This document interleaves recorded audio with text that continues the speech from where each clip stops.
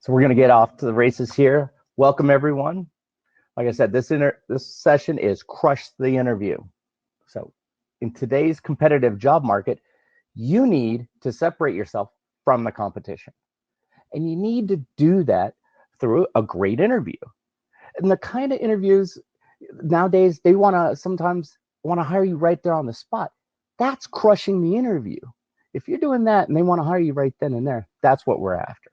So stop being stuck in the herd of interviewees and start standing out and crush that interview. So how do you do that? So here's what we're going to cover today. We're going to cover the types of interviews, the basics you need to know, how to create a 30-second elevator pitch that's all about you, how to present you through body language, and how to prepare for any question, and also how to ask great questions so that makes them think they have the right candidate. So we're going to focus on the interview itself. There are many other great presenters here during this event, but they're going to cover a lot of other things to get you to this point. But I want you to crush that interview. So everything I'll be discussing can be done for face-to-face interviews, video interviews, and then also the techniques can also be used for phone interviews, because nowadays you never know when you're going to start off with a phone interview and then just hop right on to a video interview at any moment. So you need to be prepared. So the types of interviews. First, the most common, face-to-face. Hands down, by far the best. I would highly recommend it any chance you can get it, because the face-to-face will allow you to shine differently, come out in a different light than what comes across through a video screen like what we're doing right now. I mean, for all you know, I might not be wearing any pants with pink bunny slippers on, but you wouldn't know it, and I plead the fifth on that.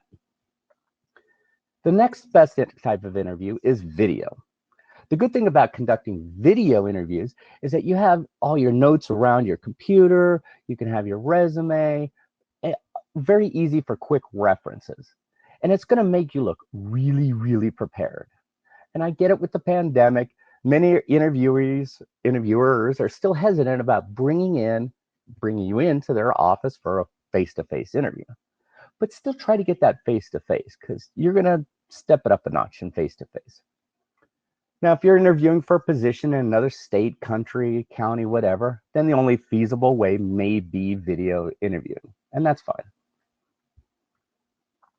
Odds are you're going to have to do a phone interview. And we're going to cover the many ways you can also crush a phone interview as well. So everything I'm talking about for video, for in-person, use on phone as well. Because most organizations, they're going to have someone give you a call, set up a 15, maybe 30-minute phone interview. And that interview is just to see if they want to talk to you in the next round of interviews. So basically getting on their short list, if you will. And then you also may have a group interview. Now, these can be a little stressful if you're not prepared and not used to speaking to a group of people at once. And if you're not comfortable with questions coming at you from all sides, from a variety of people. Think of it like a press conference, because everyone in that group is interviewing them. And here's another fun interview style. It's called a casual interview. Someone from the company may set up a time for you to speak with the CEO, the owner over a meal. Hey, that's great. But keep this in mind. It's still an interview, and you need to be prepared for anything. Okay. Now let's kick into the basics. Okay. Those were the most popular types of interviews, but the basics are for all types of interviews. Now, you may have heard a lot of these basic practices before, but after interviewing hundreds and hundreds of people, these basic practices, I tell you now, are not being utilized, which does not help anyone when they're trying to get hired. So when you're being interviewed, a trained or experienced interviewer will be looking at many different things to see if you're the right fit for their company and see if they're going to even take the next step with you. Think of it like dating. Your resume is the first date. It's getting into the pile of who they want to speak with. Then there's the initial phone interview. It's like your second date. And now it's up to you to try to get the next date and the next date. And every time they speak with you, think of it as another date. And you're just the end goal is trying to get married. Get the job. Relax, folks. We're not actually getting married here, but think of it. You're hopefully going to be working at that company for many, many years. And when you leave, it's sometimes kind of like a divorce. So your time at the company is predicated on how well you work on that marriage. Hopefully that analogy doesn't freak you out, but many people can relate to it. Now, some basic practices are better for certain types of interviews, but you should know them all and be prepared to crush that interview. The first and most basic, and you've heard this probably a million times, is dress to impress. Period. Simple. Always dress like you're going to go walking on the red carpet to a movie premiere. Now, don't get weird and wear a tux like in Step Brothers. Gentlemen, suit and ties. Ladies, nice business attire. One rule is try to outdress the person that's interviewing you. See, you're trying to put your best foot forward and your attire gets noticed immediately. It's the first thing they see, right? You haven't said a word yet. They see it. So remember the dating analogy. Dress to impress for those in-person interviews. Dress to impress for video interviews. Dress to impress for the phone interview because you never know when they might say, hey, let's get on the video call right now during the interview. And dress to impress definitely for those casual interviews. They call them casual, but in reality, it's an interview. Okay. Now, everyone needs to take it easy on the cologne and perfume. Most interviews are held in a small room, and you don't want to gas out the interviewer. We actually refused to have a candidate come even in close to the conference room because their cologne was so overbearing. We smelt them coming. So we actually held the interview outside, upwind, of course. A hint of scent it will do, and it's highly recommended. Speaking of smells, if you smoke, vape, drink alcohol, hopefully not, before an interview, the interviewer may pick up on those smells. That actually says a lot about you without even you knowing about it. One company was a manufacturer for vape products. And the HR person told me if they smelled tobacco on anyone, they would not allow them to go to the next round of interviews. They only allowed vaping and not smoking. A little different. But think of the company you're looking to work for. What is their positioning on smoking, vaping, drinking? And on that note, I cannot stress this enough. Do not consume any alcohol before an interview. That never ends well for you. I get it. You want to calm down your nerves, but it doesn't end well. So just avoid it. Also, this is going to sound crazy, and you maybe laugh about it, but be clean. That's it. I don't know how many horror stories I've heard from interviewers commenting on how pungent a candidate was. If you don't want to work for the company, just cancel the interview. Don't go to the interview unbathed. Remember, you're trying to put the best foot forward in the best possible light. Clothes are clean and professional attire. You are bathed. Your hair is clean and styled. If I had $1 for everyone that came in an interview looking like they just got out of a bar fight, I'd be retired right now. Gentlemen, nails and hands are clean. Believe it or not, people look at those. Ladies, same thing. Polish nails if you so choose. Let's talk about accessories.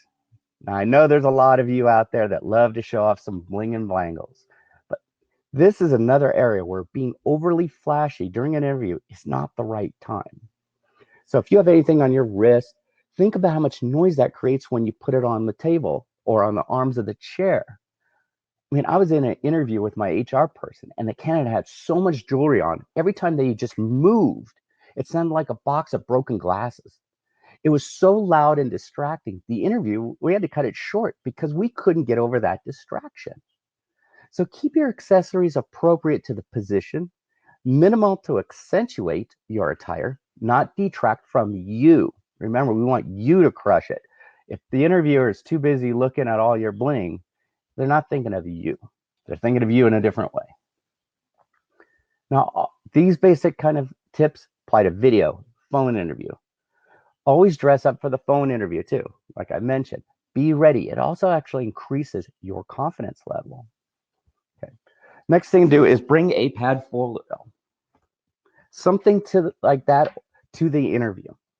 The reason is it can do a couple of different things. One, it's a security blanket for you because you're nervous.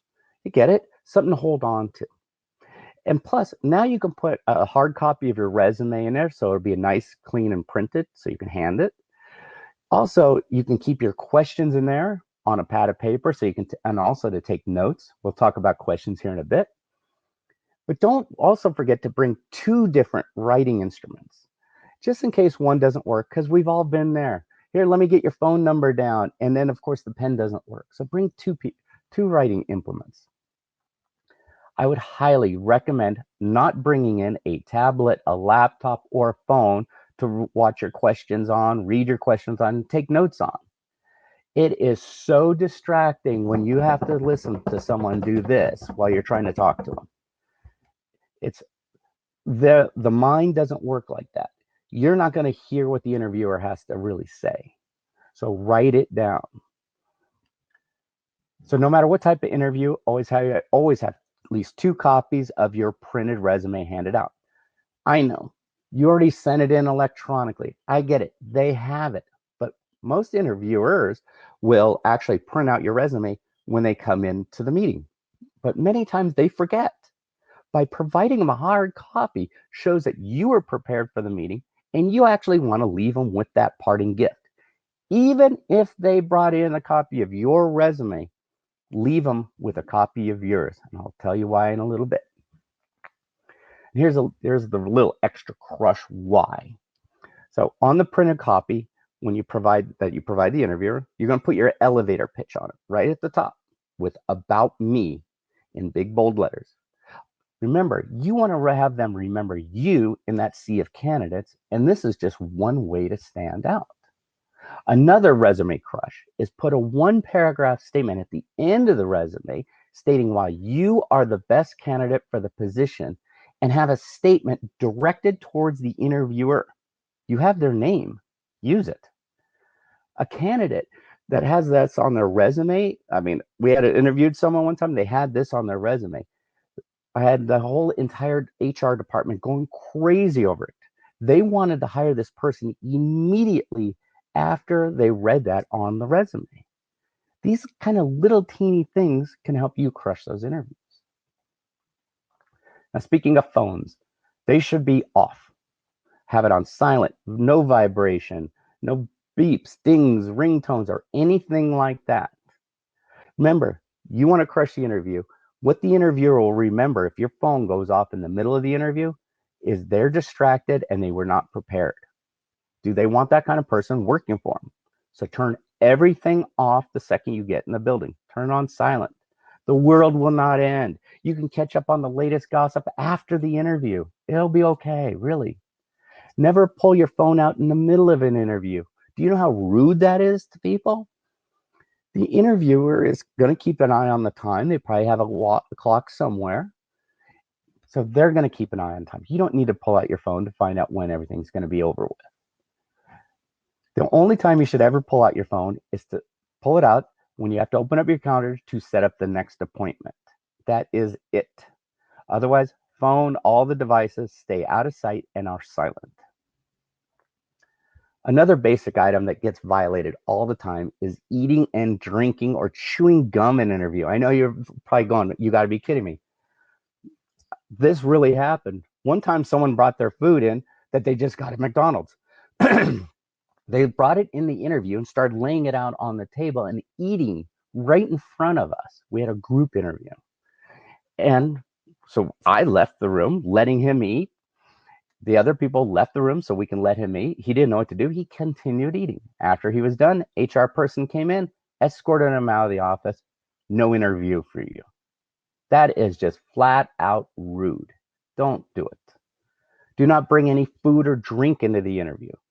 Most places will offer you water, being that we're in Arizona. So you can accept that and drink it during the interview. But do not bring in your gallon big gulp cup in. Never chew gum or anything else like that during the interview. It's very distracting, but it also makes you talk differently with something in your mouth. You need to be clear in your communications, not chewing on something like a cow. As they say in the military, if you're not on time, you're 10 minutes late. So folks, this is probably one of the most number one killers for most interviewers. The interviewee arrives late. So what you're doing is you're cutting into the interviewer's time. They are probably busy going interview to interview. By you doing that, they cannot spend the time getting to know you. What it also does is shows that the interviewer that you already have a time issue. And it could be a problem down the road because that's one of the biggest problems all companies have is people arriving late.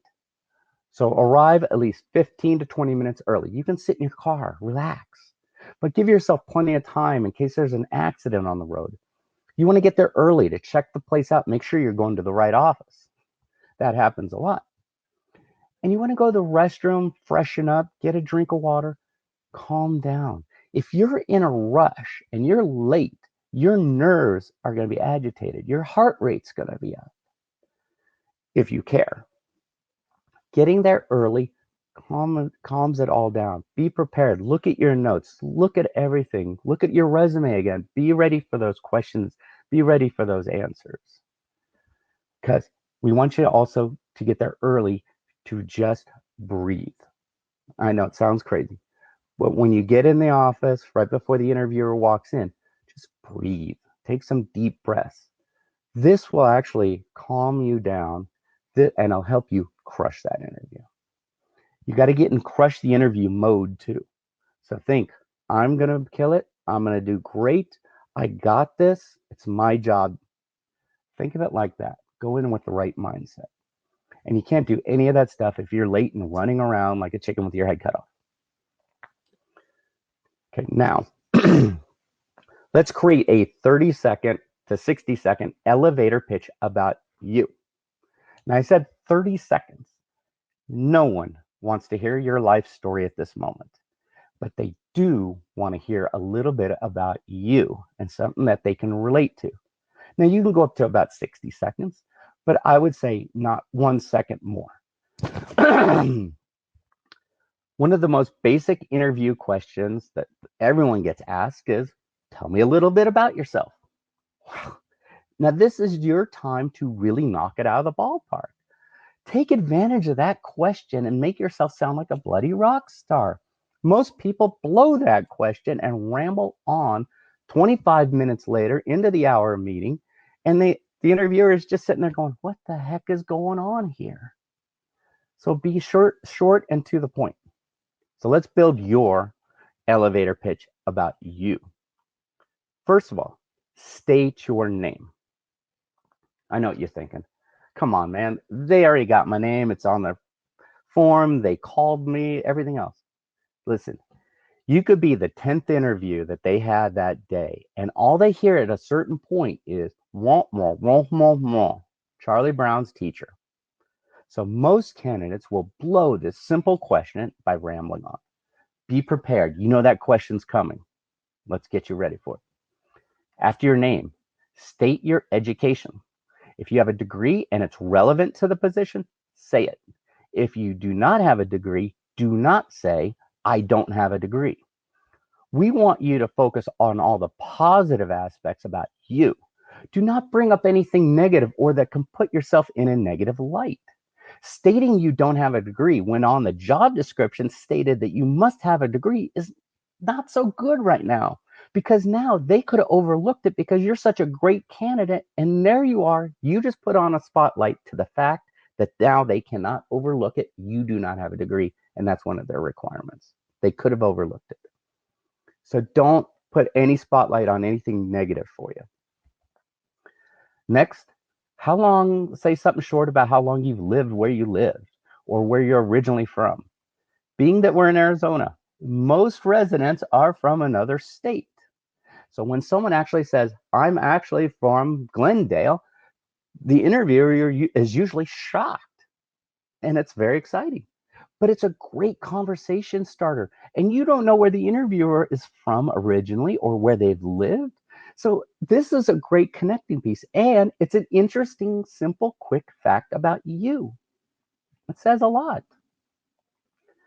Next, you could possibly mention a hobby, one hobby, only if it's relevant to the position. So if your hobby is Xbox and you're not trying to get a game in it or a job in a gaming company, then you might want to keep that one to yourself. But If the skills you have playing Xbox is related to this position, then I would mention it. But if you teach, coach, volunteer, part of community organization, definitely mention that. Now let's put a crush statement in here. Now, in one sentence, you're going to tell the interviewer why you are the best candidate for this position.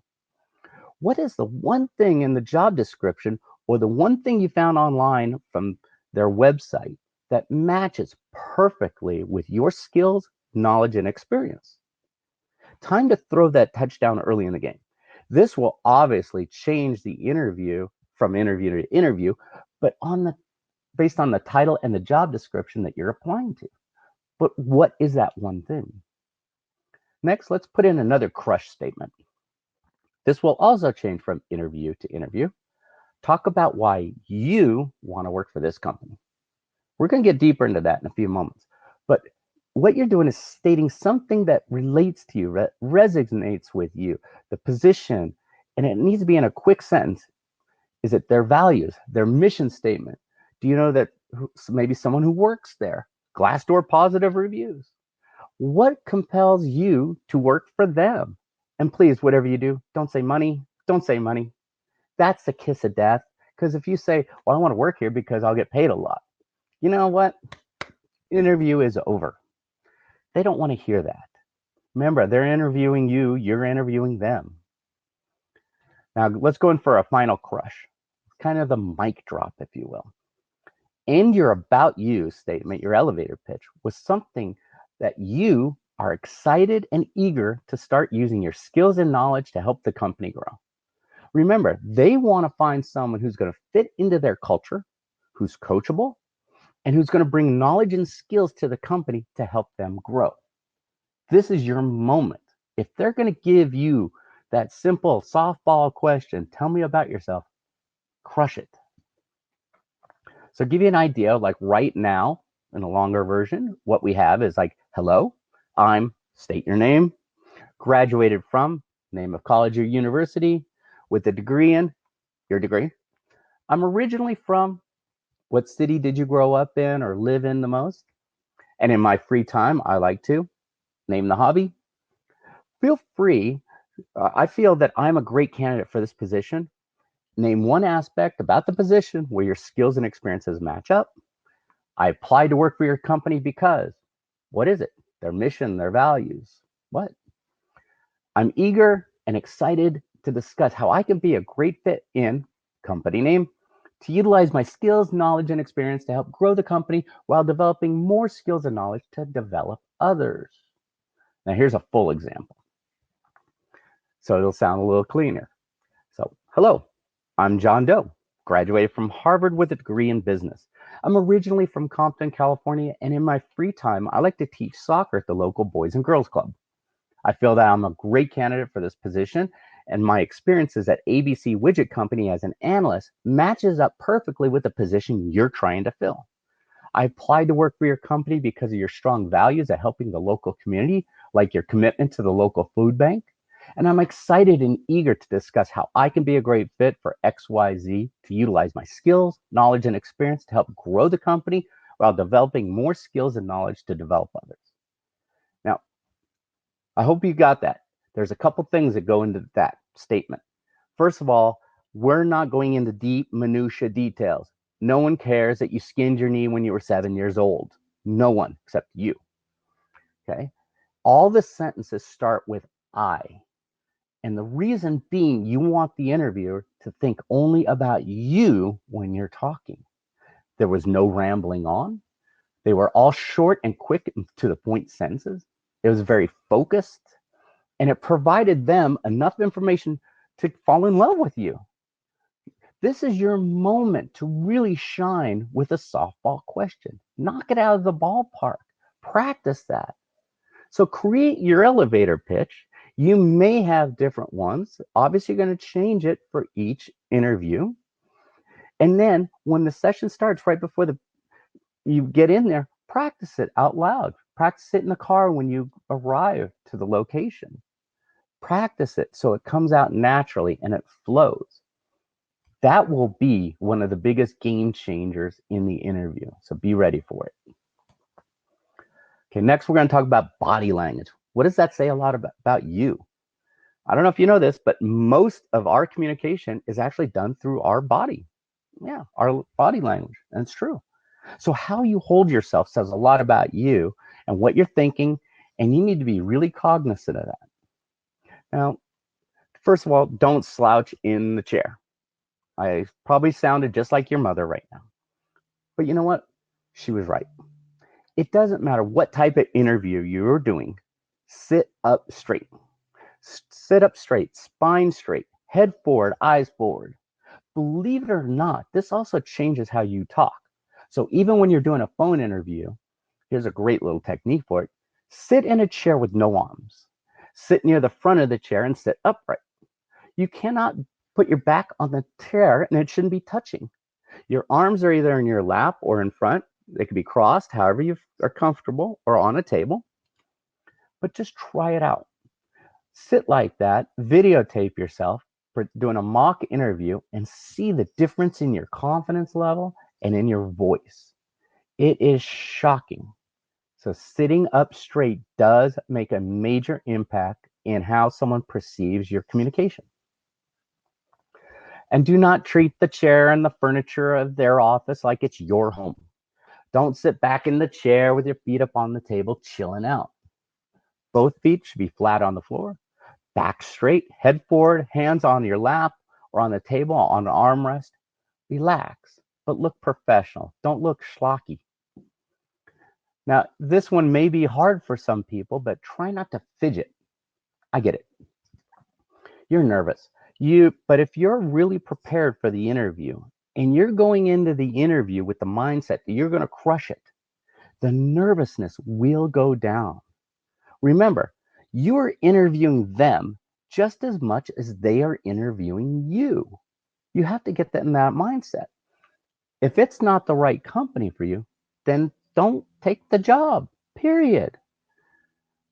Believe it or not, many people can hear you fidget over the phone. By the way, if you're doing a phone interview or video interviews, don't read emails, check social media, play with things on your desk or anywhere else. Be present, be focused. That is actually going to separate you from other candidates. I don't know how many times I've done even video interviews, and the candidate is just like, I feel I'm going to get seasick because they're moving all over the place. They're fidgeting and playing with stuff, and I can hear them typing. If they do that stuff, I don't want them to work for me, because if this is the way they are now, what's going to happen when I'm paying them? It's going to still happen, and I don't need that. No one needs that. Try not to play with your clothing or accessories during the interview. Remember the bling, all that kind of stuff. If you're going to go in the office for the interview, visit the restroom before you go into the interview itself. Get yourself together. If your necklace is bothering you and you're kept fidgeting with it, take it off, put it in your pocket. If your tie is too tight, loosen it up just a little bit, but it still looks good. Fix what you need to fix. Comb your hair. Fix your makeup. Wipe the sweat off your brow, especially in the summertime. We're all going to sweat probably going from the car into the building. Start thinking about your questions. Think about your answers and get ready to get in the right mindset to crush that interview. Don't pick at things on the chairs or the table when you're sitting in the interview. That's distracting, and you're not focused on the interview. And I totally get it.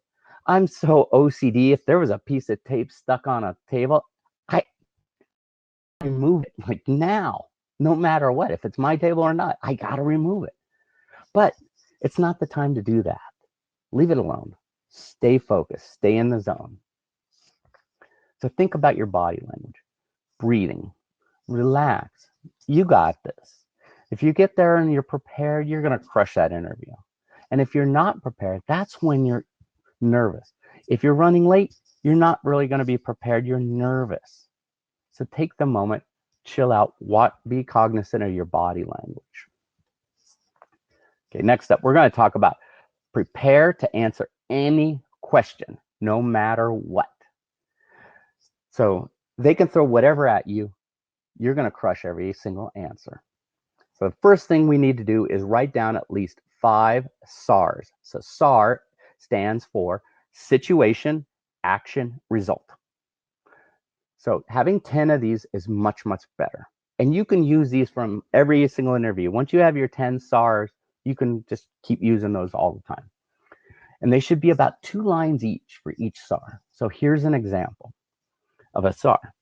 At ABC Corporation, I was an accounting manager and I noticed a way to save money. I worked with the department heads to consolidate the purchases through 3 vendors, which ended up saving the company saving our department 15 hours a week and over $100,000 in expenses in the first quarter. So it has the situation, very briefly, the action you took, because it's on you, we're interviewing you, and the quantifiable result of that action. And it must be quantifiable in terms of money, time, or a percent. Something grasping. There are many, many things that you have done at any business, even when it was your very first job at McDonald's. Think of it. What did you do to help the organization? What action did you take? What was the result? Saving money, increasing revenue. What was it? Did you also increase efficiency? So getting 10 of those, now we're going to show you how to also use them. You need to write them down. So a majority of the questions will be answered through using one of these scenarios. And I want you, no matter what the question is, you get to showcase your talents. And that's another way to crush the answers and put you ahead of the other candidates. Whereas the other candidates are taking an open-ended question and making it closed-end. Closed-end question, the only answer is yes or no. Open-end, we want to hear the answer. No matter what question is, I can put a SAR in there that's related to that question and come off sounding like a rock star. I'm showcasing me, why I'm the best candidate, and giving an example, a short, quick example on how I'm doing that. So here's some very basic questions that most interviewers are going to ask you. And you should always, always be prepared for these questions, no matter if they ask them or not. Your answers need to be written down, short and to the point, because you're going to practice these because they're going to be asked sometime. Don't ever focus on anything negative or showcase, because we want you to showcase your positive skills and the things that you are bringing to the table. This one gets asked a lot. Why did you leave your last job? And I say, always tell the truth. But if you were fired, you need to spin it. You could say something like, after a while, my supervisor and I came to the realization the position within that company was not a good fit. Sounds a heck of a lot better than I got fired. Another one, how long have you been out of work? Nowadays, with pandemic and everything, this question is coming up. Once again, tell the truth. If you've not been employed for 3 months or whatever, tell them what you have been doing in those 3 months. Taking classes to gain more knowledge in the XYZ field, volunteering at the local food bank. If you've been looking for a position, then state it. I've been interviewing for a multitude of companies, but I haven't found the right culture and company where I can contribute to their growth and success. Doesn't that sound a lot better than say, hey, I was looking for a job? Spin it. Think of you. We want you to crush this. I love this one. What did you least like about in your last job? Now, you don't want to focus on anything negative. This question is actually setting you up for a little failure. They usually want to hear something negative that happened in the last position. And the way you're in crush interview mode right now, and you're not going to say anything negative. So you can say something like, hey, as with all positions, we all have areas that we liked and didn't like so much. I'm sure you can relate to that. Done. I answered the question. I got it. I turned it. And it's something that they can relate to. And we're going to move on. Now, if you fall into the trap and start telling some negative things about your last job, you're going to sound like a problem to them. And that's going to be negative on them if they decide to hire you, because they're like, wow, he's already complaining about his last job. What is he going to talk about us while he's here? Stay on the bright side. You can even have a funny story about something that everyone can relate to, in which that they wouldn't do either. So I got one. It's while at Rawhide, which is an 1880s Western themed town, We had a livestock department with lots of critters. And I'm from the city, and I'm not exactly Mr. Cowboy. The livestock department was shorthanded one day, and I said I'd help out. I didn't know that they wanted me to help clean up road apples. Talk about a stinky job. I'm sure you would say the same thing if you were not raised around animals. Well, they would usually laugh, and I didn't say anything negative, but I gave a funny story that most people wouldn't want to do either. By the way, road apples, think of large animal droppings. You're always going to probably get this question. Tell me about the worst boss you've ever had. Spin this bad boy. They also might say, tell me about the best boss you ever had. Spin that bad boy. I love these questions. This is a great time for you to really shine. You can say something like, I don't know about the worst boss I've ever had because I've had some bosses that were more effective and better communicators than others. I've always learned something from everyone I've ever worked for. They've helped me grow as a person and helped me keep advancing in my own personal career. Sounds a heck of a lot better than let me tell you about this one jerk I worked for. You do not want to sound negative about anyone, any position, any company that you have worked for or have worked with. Spin it on how you grew, how you learned something, or how you helped the company. I mean, one time I did have an a-hole for a boss. I actually learned more from him than any other boss I ever had. And I haven't had a lot of JOBs. This one always will pop up. Tell me about one of your weaknesses. This question is also set up for you to focus on something negative. Spin it into something positive. Don't come out of the gate and tell them what your weakness is. Spin it. You can say something like this. One weakness is that I've heard from my fellow team members and managers in the past that I told everyone else, I thought held everyone else to the same high work ethic standard as myself. I'm a hard worker and I believe everyone around me should be operating at the same level. Well, in the past year, I've worked on understanding that not everyone works at a high level that I'm accustomed to, and my supervisors have all noticed it. And I just focus on my work and I help them support now my fellow workers. So I don't drive everyone crazy pushing them to operate at my level. So here's what that's saying to the interviewer. It's saying that you're a hard worker. Great.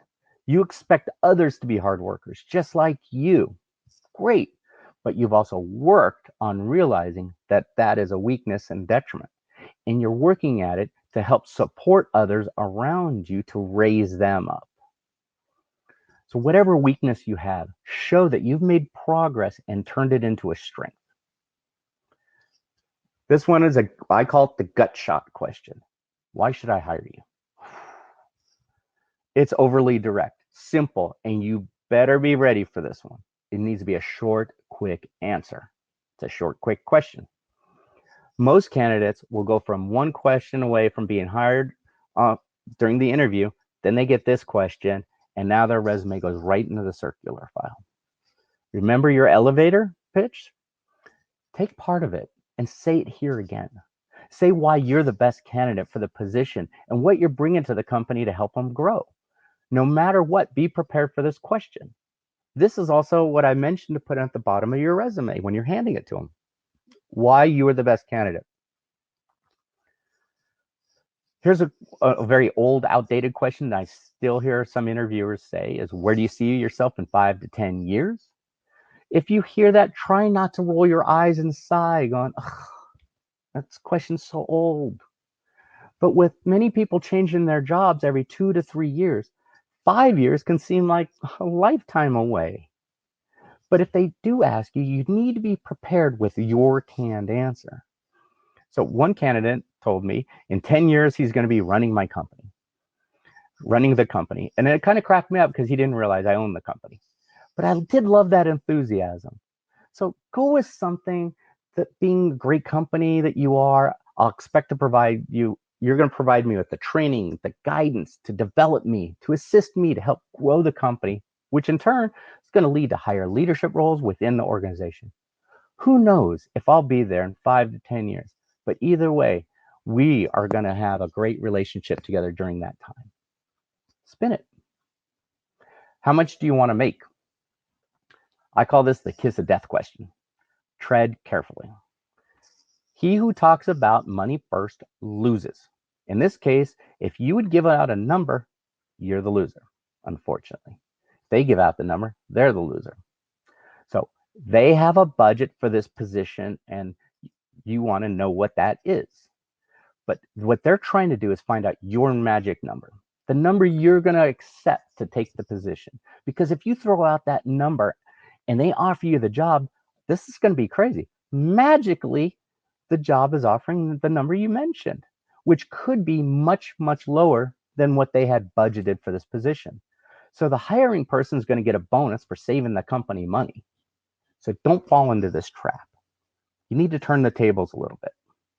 So if they're talking about money before they offer you the job, because they're trying to find the cheapest candidate. Notice I said cheapest, not best. Cheapest.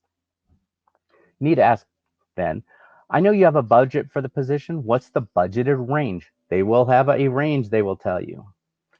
If they answer and that range is good for you, then state, great.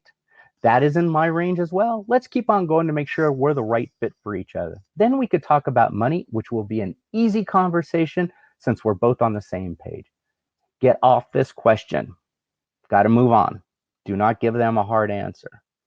Now, if they don't give a range, then you can reply with, great. And I've done this. Are you offering me the position and we're now negotiating? That usually ends the money conversation right then and there. Because what they're thinking, they're trying to get you for the cheapest. And you're like, let's go into negotiation mode. So think about it. Do you want to work with that company just trying to find cheap workers, or a company that pays a fair and marketable wage? If the interview is really good and they say they don't have any numbers but keep pressing you for your number, always respond with something like this. Well, wow, I'm shocked you haven't budgeted the position. Let's talk about this when we're make sure we're a good fit for each other and the company is a good fit for me. They'll usually drop it after that as well because they know they're not going to get a number out of you. Do not give your number out. Let them give the number out. We want you to win and crush that interview. They also may ask you some what they call behavioral-based interview questions to see how you work and how you operate. I'm going to just give you some quick questions and something to think about. So you probably have heard these before.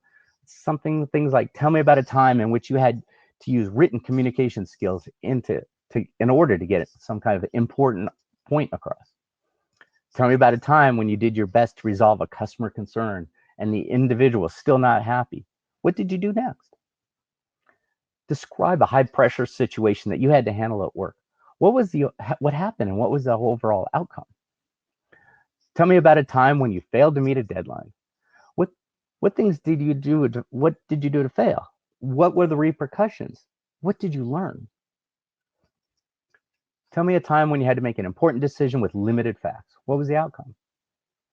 So that's where your SARs come into play right now.